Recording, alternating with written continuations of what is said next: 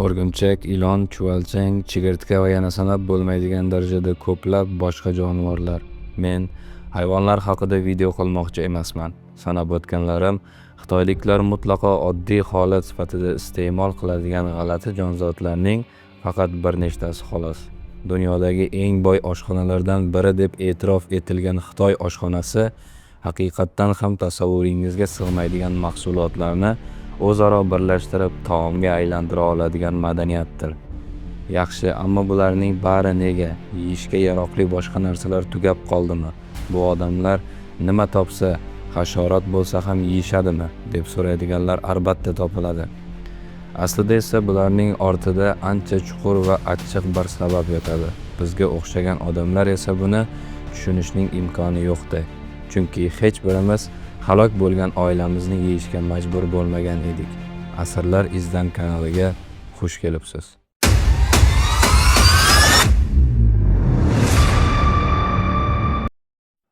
17-asr oxirida O'rta Osiyo siyosiy jihatdan parchalanib ketgan, iqtisodiy jihatdan dehqonchilik va hunarmandchilikka tayangan, madaniy jihatdan zarbali o'tgan asrlarning soyasida qolgan.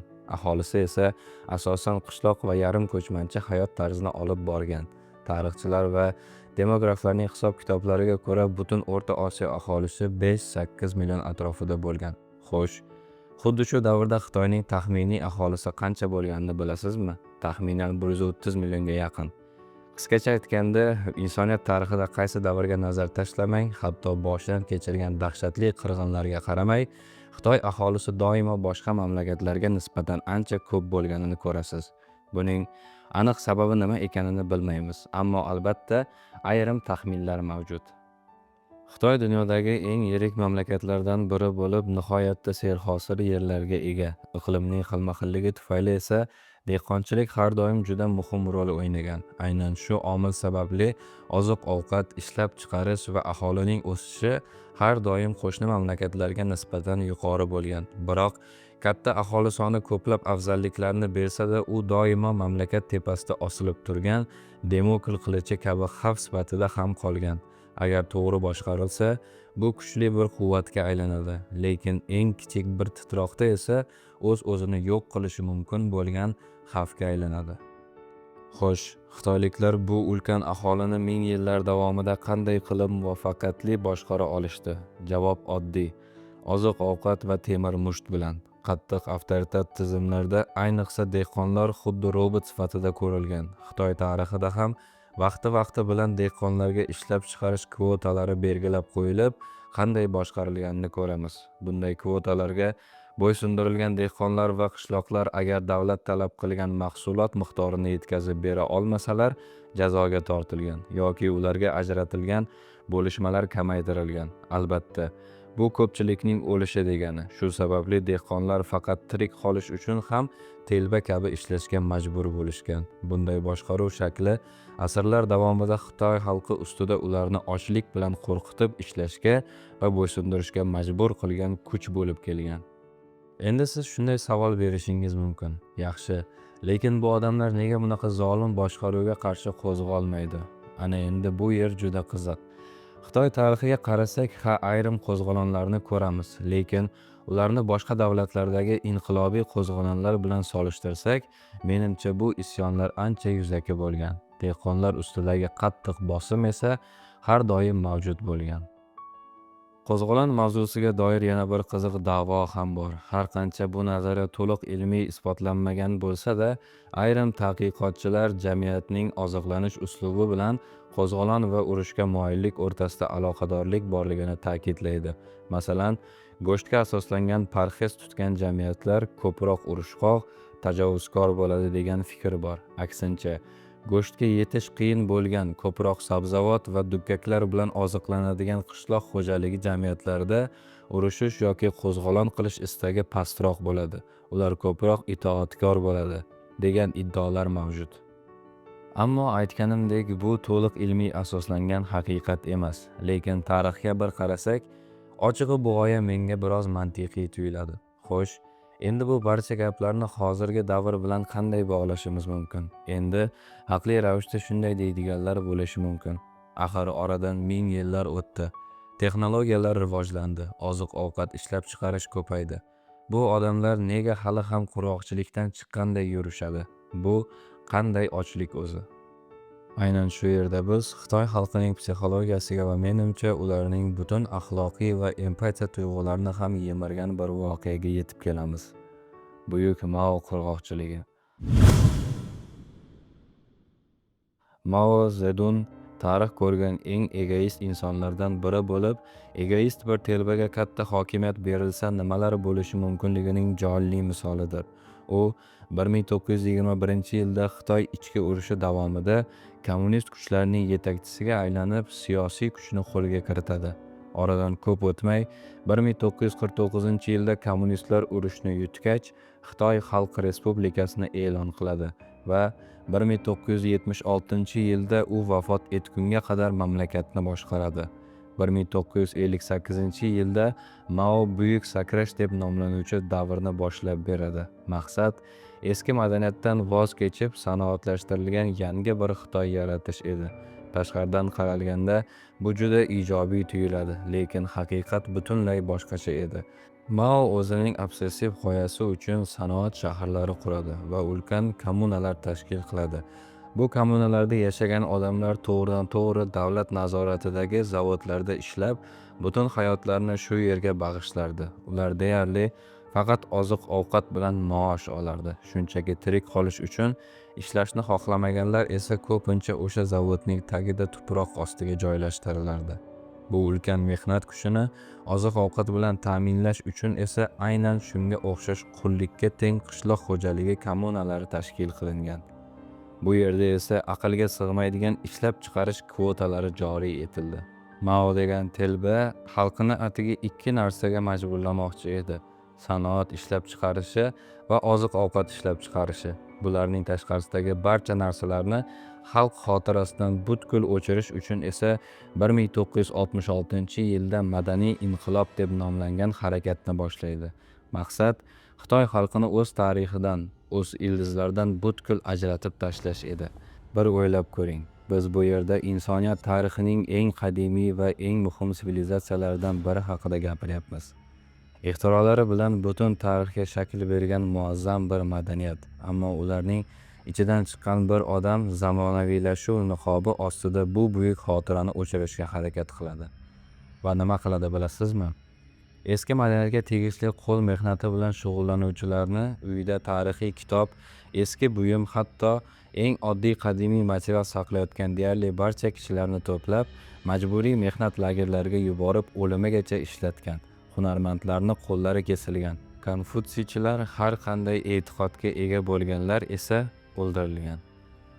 Bu davrda qadimiy Xitoy falsafasiga oid barcha ibodatxonalar hujumga uchragan. Ularning ko'pchiligi vayron qilingan. Ichidagi qadimiy matnlar esa yoqib yuborilgan. Tasavvur qila olyapsizmi? Bir xalqning o'z o'tmishini, e'tiqodini, qadriyatlarini, ya'ni o'zligini yo'q qilishga qaratilgan bir operatsiya. Va buni Xitoylik boshqa Xitoylikka qilmoqda. Aqlga sig'maydigan ishlab chiqarish kvotalari, odamlar ustidagi bosim, kun sayin yo'q qilinayotgan madaniyat va qayerga olib borishi noma'lum bo'lgan bir yo'l. Go'yo sabr kosasi og'zigacha to'lgan, to'kilishiga bir tomchi qolgan holatga kelgan.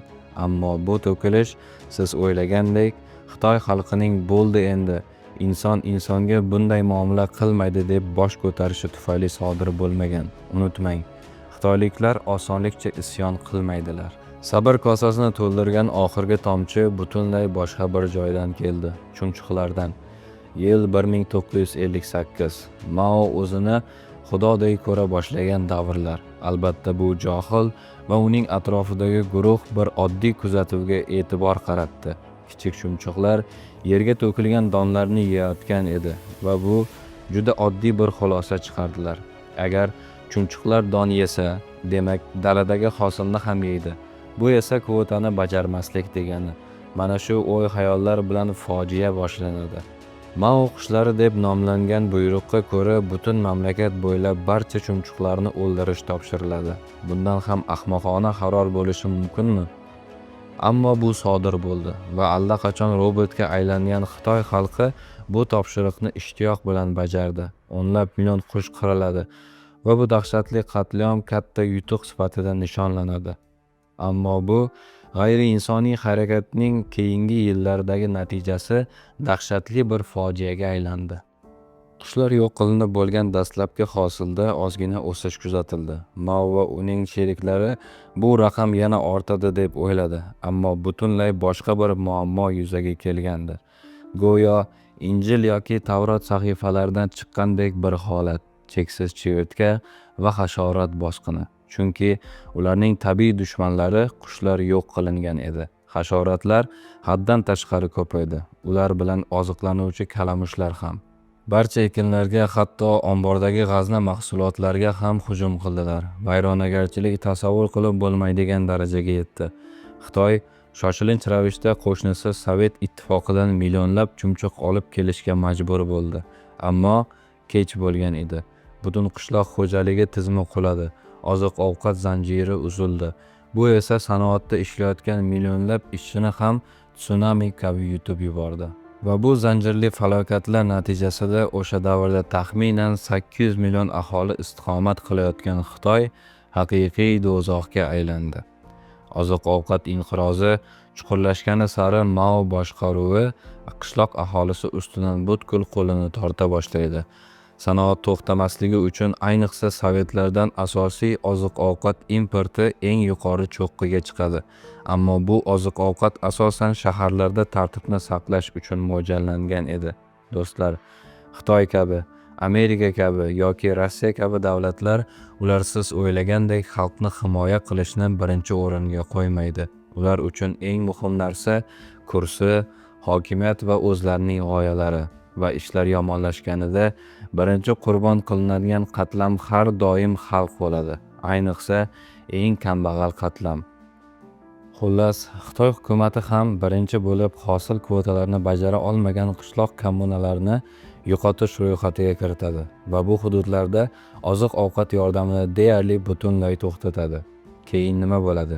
Odamlar ochlikdan omon qolish uchun avvalo atrofidagi jonli mavjudotlarni yemira boshlaydilar.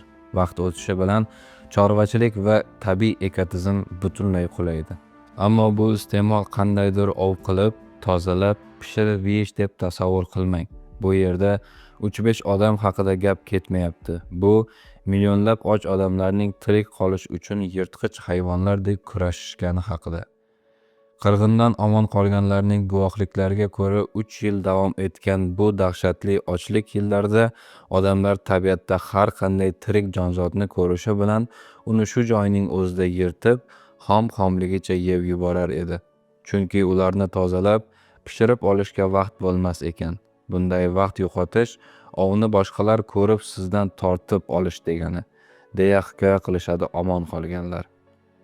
Hayvonlar tugagach nima bo'lgan deb o'ylaysiz? Odamlar navbatma-navbat hasharotlar, maysa, yovvoyi o'tlar, daraxt po'stlog'i va hatto loy yeya boshlashgan.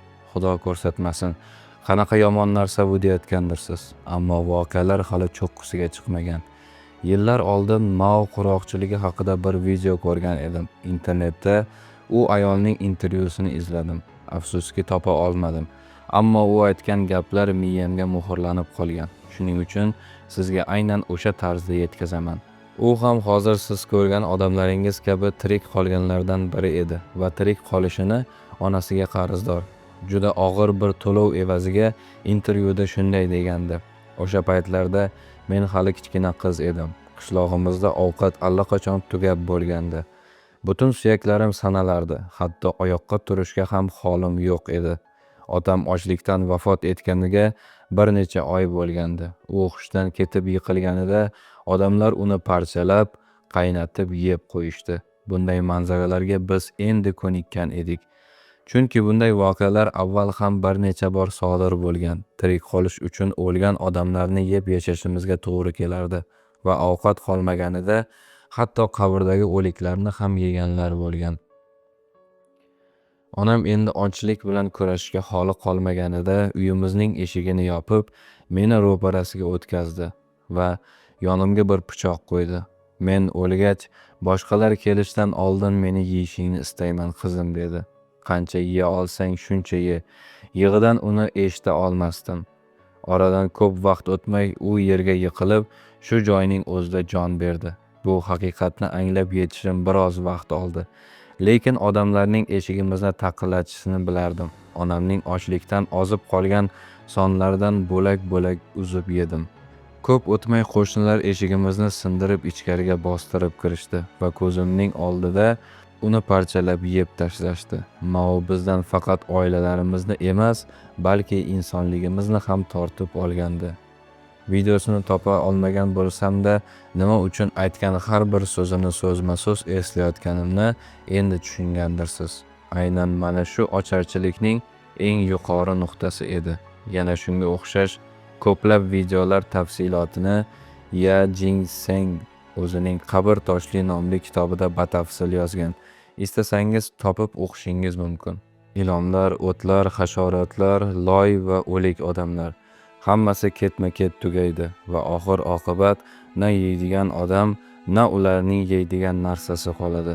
3 yil davom etgan bu ulkan ocharchilik davrida bugungi taxminlarga ko'ra 60 milliondan ortiq odam halok bo'lgan deb hisoblanadi. Ishchi lagerlarda o'lganlar yoki madaniy sakrash davrida o'ldirilganlar bu raqamga hatto kiritilmagan. Tasavvur qiling, 60 million kishi. Bu deyarli O'zbekiston aholisining 2 barobari degani. Mamlakatimizdagi barcha odamlar ochlikdan o'lib ketgan deb o'ylab ko'ring.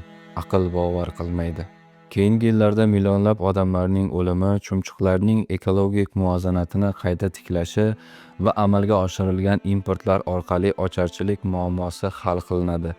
Endi ichingizdan ba'zilar bu voqealardan keyin Mao qanday qilib tirik qoldi deb o'ylayotgan bo'lishingiz mumkin. Ammo hayron qolasiz. U juda chiroyli yashadi. 82 yoshda tabiiy sabablardan o'lib ketdi. Hatto undan keyin partiyasi ham qulamadi. Bugungi kunda ham u asos solgan partiya Xitoy boshqaruvida va sizga shuni aytishim mumkin. Tafakkur o'sha tafakkur. Xitoyliklar nega hamma narsani yeydi degan savolga endi javob olgan bo'lsangiz kerak. Tasavvur qiling. U yillarda loy yeb omon qolgan odamlar farzandlarini har qanday narsani oziq-ovqat deb biladigan tarzda tarbiyalashadi. Bu ocharchilik travmasi 1-2 avlod bilan o'tib ketmaydi va hali ham o'tganicha yo'q.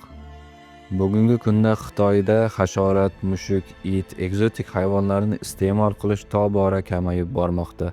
Ammo videoda aytgan gapimni eslang. Katta aholi aslida vaqt mexanizmi o'rnatilgan bomba kabidir va Xitoy uchun bu vaqt tobora qisqarib bormoqda.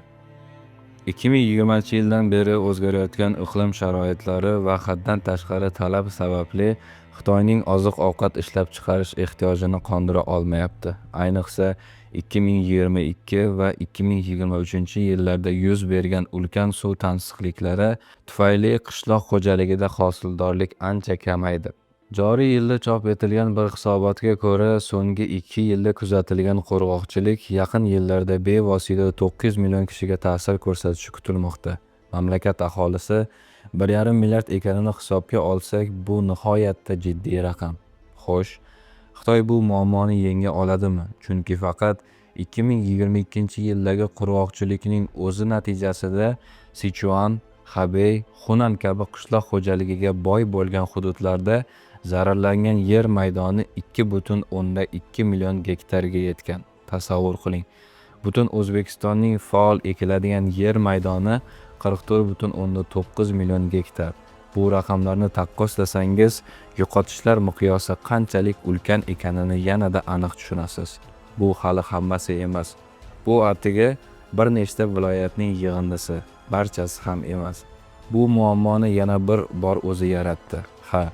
Balki bu safar chumchuqlarni o'ldirishmadi, ammo sanoatni shunchalik telba darajada o'stirishdiki, natijada daryolar quridi yoki jiddiy darajada ifloslandi. Endi u suvlar qishloq xo'jaligi uchun yaroqsiz holga kelgan. Tabiat har doim muvozanatga ega va agar siz bu muvozanatni buzsangiz, oqibatlarini boshdan kechirasiz.